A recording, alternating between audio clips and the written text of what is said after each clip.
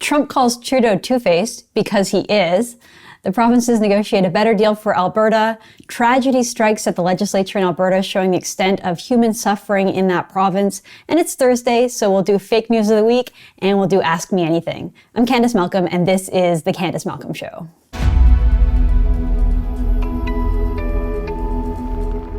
Hi everyone, thanks for tuning in. We're back in Toronto. We were in Alberta last week doing lots of filming, covering the AGM. We have lots of footage, lots of interviews from that trip, so make sure to check it out at tnc.news. Now let's jump right to the news. The big story everyone's talking about, not just in Canada, but everyone around the world, everyone in the US, everyone in Canada, is talking about this Trump-Trudeau meeting and the sort of fallout that has happened since then. So the world leaders are in London, England this week, and Trudeau and Trump held a joint press conference. In the press conference, Donald Trump does something that Canadian journalists just fail to do. He pressed Trudeau. Trump sat there and put Trudeau on the spot. He asked a question. Trudeau didn't really answer the question. And so Trump put pressure on him, asked it again, putting Trudeau on the spot and forcing Trudeau to actually make a claim that's not true. So let's just play that clip so you can see what it was I'm talking about. What are you at? What is your number? The number we talk about is 70% increase over these past years, including, and for the coming years, including significant investments in our fighter jets, significant investments in our naval fleets. We are increasing significantly our defense spending from previous governments that cut it. Okay. Where are you now in terms of your number? We're at 135? 1.3. 1.4. So what they're talking about here is that every NATO member has committed to spending 2% of its GDP on defense spending. And Canada is just a routine sort of bad actor when it comes to this. We don't pull our own weight. We don't actually invest in securing and building up our military. We free ride. We rely on the United States, who overcompensates in protecting most of the world, but especially us in North America and with Canada. So, Trump, this is kind of a long time running. He's putting pressure on other NATO countries, and to some success, he's convinced countries like Germany to up their defense spending, and Canada really needs to. So he's putting Trudeau on the spot. Trudeau doesn't want to answer, and he does the typical thing that he does, where he doesn't answer a question. So, Trump says, what are you spending? And then Trudeau says, oh, well, the number we like to say is that we're increasing spending. No, that's not what Trump was asking. So Trump asks again. Trudeau couldn't get away from it. And you notice that he doesn't even provide the answer. He has to ask a staffer to give him the number. And the number that they gave isn't even correct, folks. So Trudeau says that it's 1.4%. Well, that's not true. According to the recent NATO report in 2019, Canada spent 1.27% of its GDP on defense spending. Now, you can increase that to 1.31, which the government did because they rolled in military pensions to try to include and boost that spending. But regardless, if Canada is to get up to 2%, that's a huge increase. The 1% or the either 1.3% or 0.9% that Trudeau inflated the number when talking to Trump is a difference of either 1.5 billion or 2.15 billion. So just by being an effective leader and putting pressure on Trudeau, Trump managed to perhaps have Trudeau admit to spending either 1.5 or $2.15 billion more. That's a lot more. Canada should, by the way, invest more in defense spending and in our military, but it's not going to happen under a Liberal.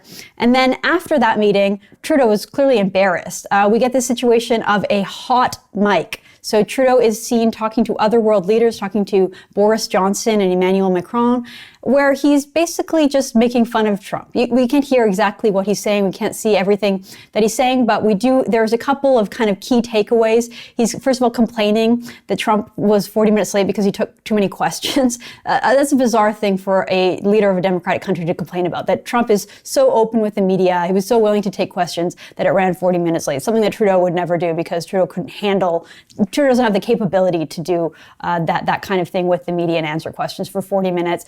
And then something about how Trump's staff's jaws dropped over something that Trump said. So, we don't have the full context, but what is clear is that Trudeau's being kind of a jerk here. When he was sitting next to Trump, he was trying to play nice. He was listening to what Trump said and trying to impress Trump by inflating the number that Canada's spending. And then as soon as Trump's gone, Trudeau acts like the tough guy, gossiping and talking badly about Trump. Well, Trump was having none of it. So the next morning when Trump was sitting down for his next bilateral, he talked about it. He directly addressed it and he called Justin Trudeau two-faced. Well, of course, Justin Trudeau is two-faced because we saw two different Justin Trudeaus. We saw a meek, uncomfortable, subservient, subordinate Trudeau when he was sitting next to Trump.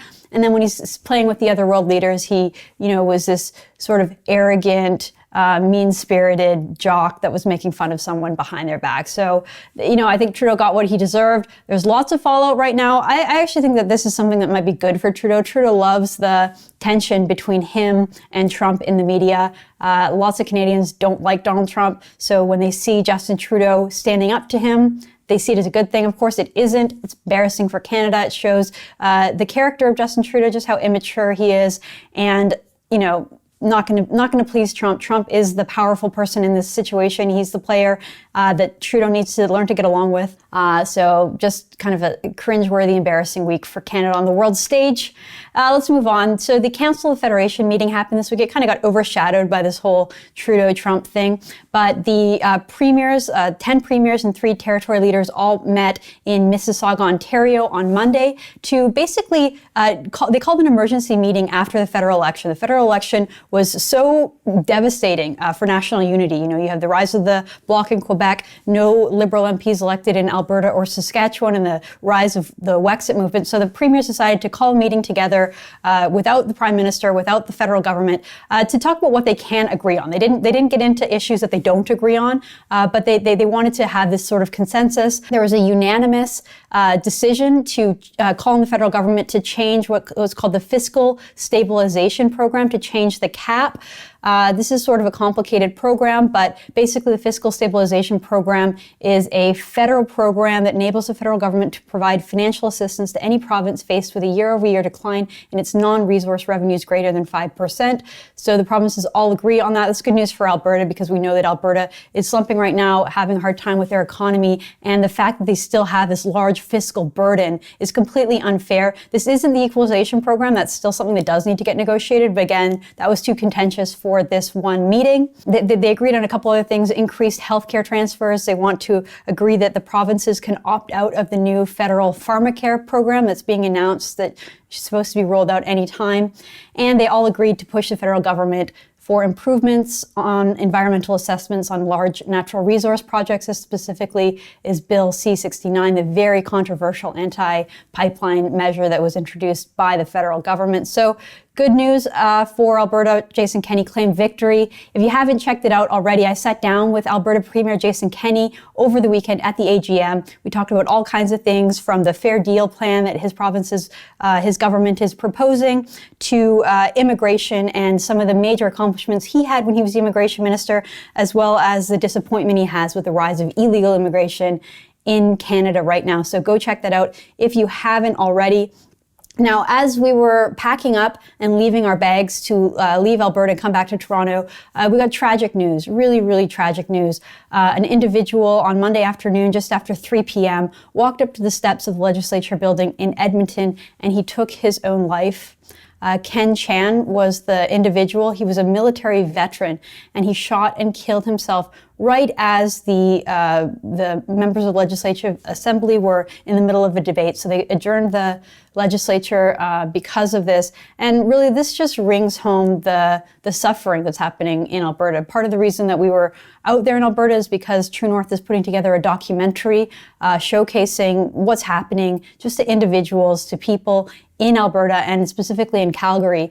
And one of the things that we learned just through talking to people, through our interviews, is just how devastating it can be. When you lose your job, you lose your home, there becomes sort of tension on the family. There's an increase in divorce, increase in homelessness, all these kind of social problems that don't really get noticed. I think that this is probably the most underreported story in Canada right now. You hear a lot about the politics, a lot of mudslinging, a lot of name calling. But what people in the rest of the country might not realize about Alberta is just how hard it is for individuals who are living through this. Record high unemployment rate, all kinds of issues, all kinds of problems there. And, you never want to hear something like this. An individual would go to those lengths but tragically, it does happen.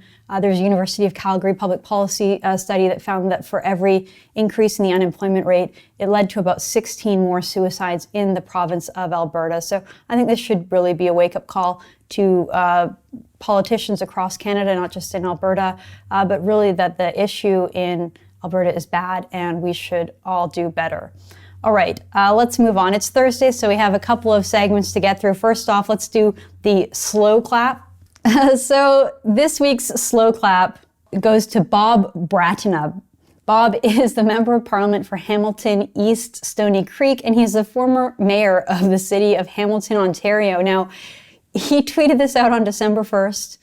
This is like the latest iteration of political correctness, I guess. He says, wishing you a great month of December. So, you can't say Merry Christmas anymore, of course not. But you can't even say Happy Holidays apparently now. So we're just wishing people a great month of December. We wish you a Merry December and a Happy January. This is just political correctness run amok. And again, the left and the political correctness brigade are just trying to assault our language and eliminate words and make it so that we can't say things, we can't say what we truly feel and believe. And this is just sort of, that times 1,000. So slow clap for that tweet. Let's move on to the fake news of the week. This one's a tie because, there's just so many things to choose from. And let's go to both of them. So the first one comes from Susan Delacourt over at the Toronto Star. Of course, this is going to happen. Her headline says, "Don't blame Justin Trudeau. It's about time world leaders made fun of Donald Trump." And the actual print edition has the headline, "Laughing Matter." So this is exactly what I predicted. I talked to Anthony Fury on National Post Radio yesterday, and I said this was going to be good for Trudeau because the left is going to rally behind him. Well, right on cue, here's Susan Delacourt basically saying, good for Trudeau. We should be making fun of Trump. We should be mocking him. We should be laughing at him. Completely ignorant to the fact that Trump is a very powerful person, that we're still finalizing NAFTA, that, we're talking about NATO commitments and Canada's defense spending commitments. And yet here we are celebrating our prime minister for getting into a public riff with the leader of the free world. So not surprising. That's the mentality over at the Toronto Star. And of course, when you get $115,000 per week from the federal government, you're expected to defend Justin Trudeau even when he does something incredibly stupid, which is what Susan Delacourt is doing. Now, I said this was a tie because Rosemary Barton over at the CBC also gives Delacourt a run for her money. She comes up with an analysis. Now, I just don't understand this. Rosemary Barton is supposed to be a straight news reporter. She is not an opinion columnist. She is not supposed to be someone who chimes in and gives her opinion. She's supposed to be, impartial. She was a debate moderator. Well, here she is giving an opinion piece. She's writing an analysis now in the CBC, where she basically says that Andrew Scheer needs to step down. Some people are in the Conservative Party are defending Andrew Scheer, saying that, hey, look back at 2004, the Stephen Harper government reduced the Liberals to a minority, and then 2 years later they had their own government and they governed for nearly 10 years. Rosemary Barton steps in and says no. She says, yes, there are similarities between Harper then and Scheer now. There are also important differences. So she basically just gives her opinion, telling people that those who are defending Andrew Scheer are wrong.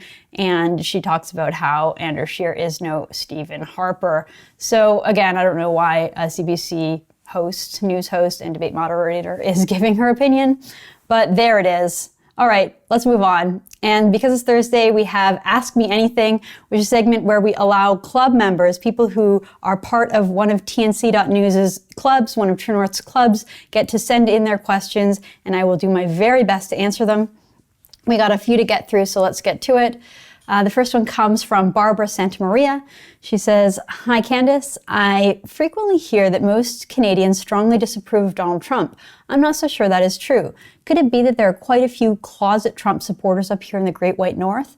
If you're referring to urban voters, I agree. But what about the rest of the country? I'd bet they love, myself included, someone whose stated goal is to make Canada great again." All right, I think that's a good question because, again, the mainstream media is so biased and we know that they absolutely have Trump derangement syndrome, but how many Canadians also suffer from it? Well, I looked into it and there's a couple different ways to look at it. So an Angus Reid poll found that 42% of conservatives support Trump versus 35% of conservatives who have a negative impression of him.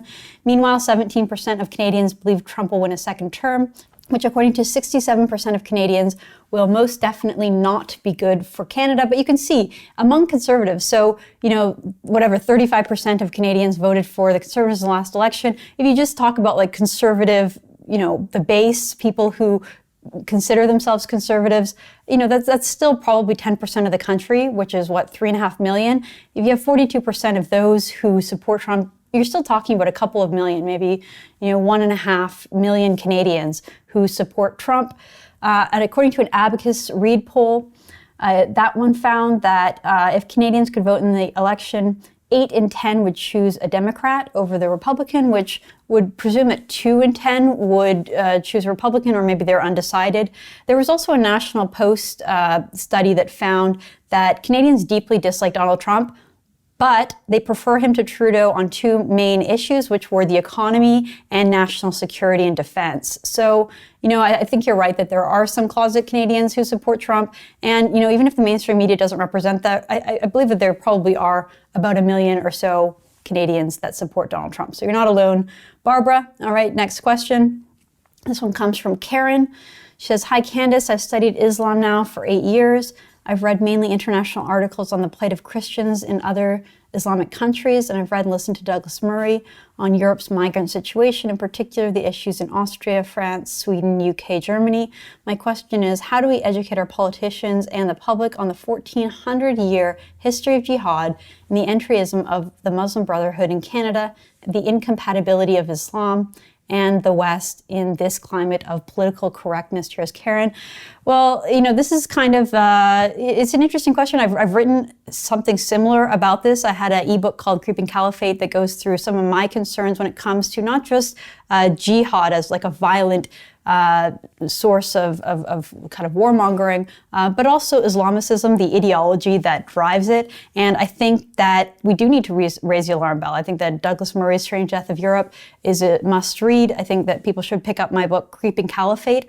I think there's an important distinction to be made, though, between Muslims and the sort of ideology of Islam. A lot of people who are in Canada have fled Islamist regimes. They've fled politicalized Islam, and they've come to Canada because they want to live in pluralism. They want a peaceful existence. And it's really important that we don't conflate the two, because while we should be concerned about Islamism and that political ideology, we shouldn't take it out on peaceful Muslims who just want to be part of the Canadian community.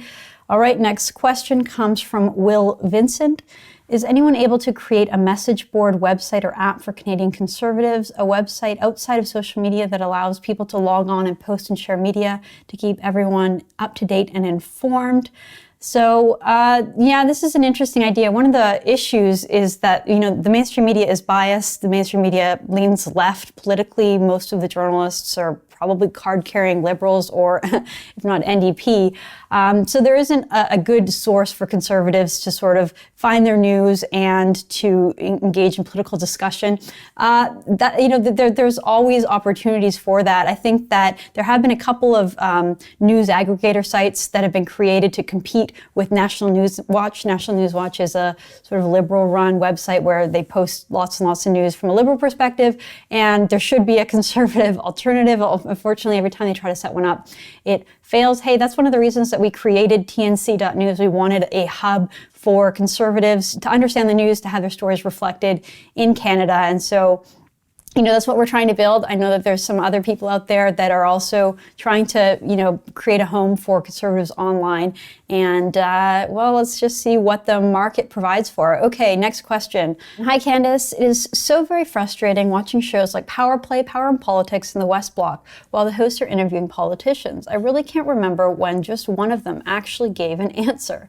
Before the election, during and after it, just doesn't seem to matter. The politicians are accountable to us, Canadian citizens. So so why not just do your job instead of the repetitious talking points that on numerous occasions have nothing to do with the question asked? When Evan Solomon says his usual, let's go get some answers at the start of his show, he must really know that's not going to happen.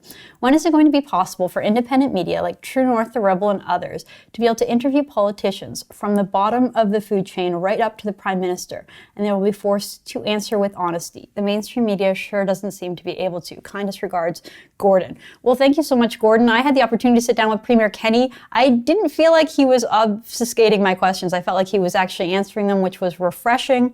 And I completely agree. And this is not just a critique on Liberals. All the politicians do it. Conservatives, NDP, Liberal, they just, they pretend that the question that was asked was a different question so they can just mouth off their talking points. And it really undermines the discourse and the debate in our country. It's not good. And I think that journalists have to do a better job pushing politicians to answer. Politicians themselves have to realize that people like authenticity. People like the fact that, you can just talk to them without seeming like you're a robot rehashing talking points. I think that's part of the reason why Donald Trump is so popular. And I wish that there were more politicians in Canada that would just, say it as it is instead of sounding like robots, giving rehearsed talking points.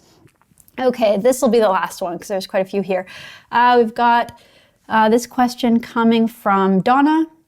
She says, hi Candice, you're likely not into Alberta politics. I sometimes call in on talk radio in defense of Jason Kenney, and he recently is bombarded with ongoing anti-conservative bashing by most of the left-footing radio hosts who do their best to twist and turn people against Kenney as they do to Ford.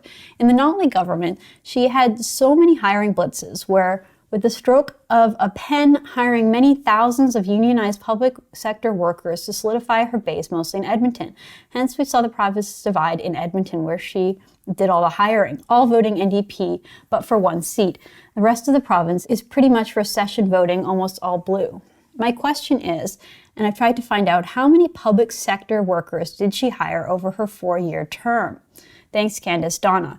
Okay, this is a great question, and I thank you for it because it made me go and do the research and find out exactly what has happened. So this is according to the Fraser Institute.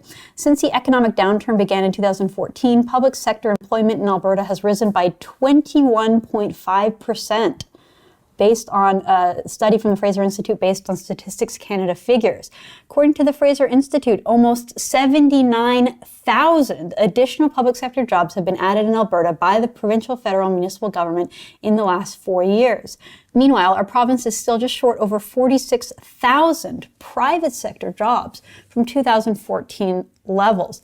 I mean, that's remarkable. The fact that the government sector in Alberta has grown by nearly 80,000 jobs over the same 4-year period where the economy shed 46,000 public jobs. This is the problem in a nutshell in Alberta. There's a huge recession. There's so many job losses. There's so many companies fleeing the province, which means that there's a smaller and smaller tax base, regardless of what's happening with the price of oil.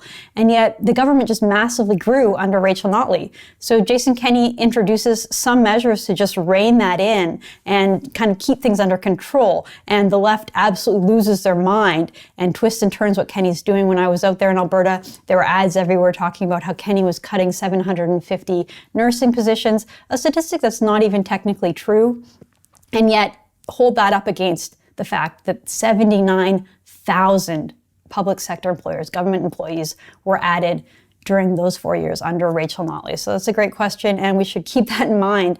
Keep things in perspective in Alberta when you hear about job cuts. All right, let's leave it at that, everyone. Thanks so much for tuning in. Don't forget to sign up for our newsletter. You can do that over at tnc.news. And if you want to take part in the Ask Me Anything, sign up for one of our clubs and go ahead and send me a question. Thanks, everyone. Have a great weekend.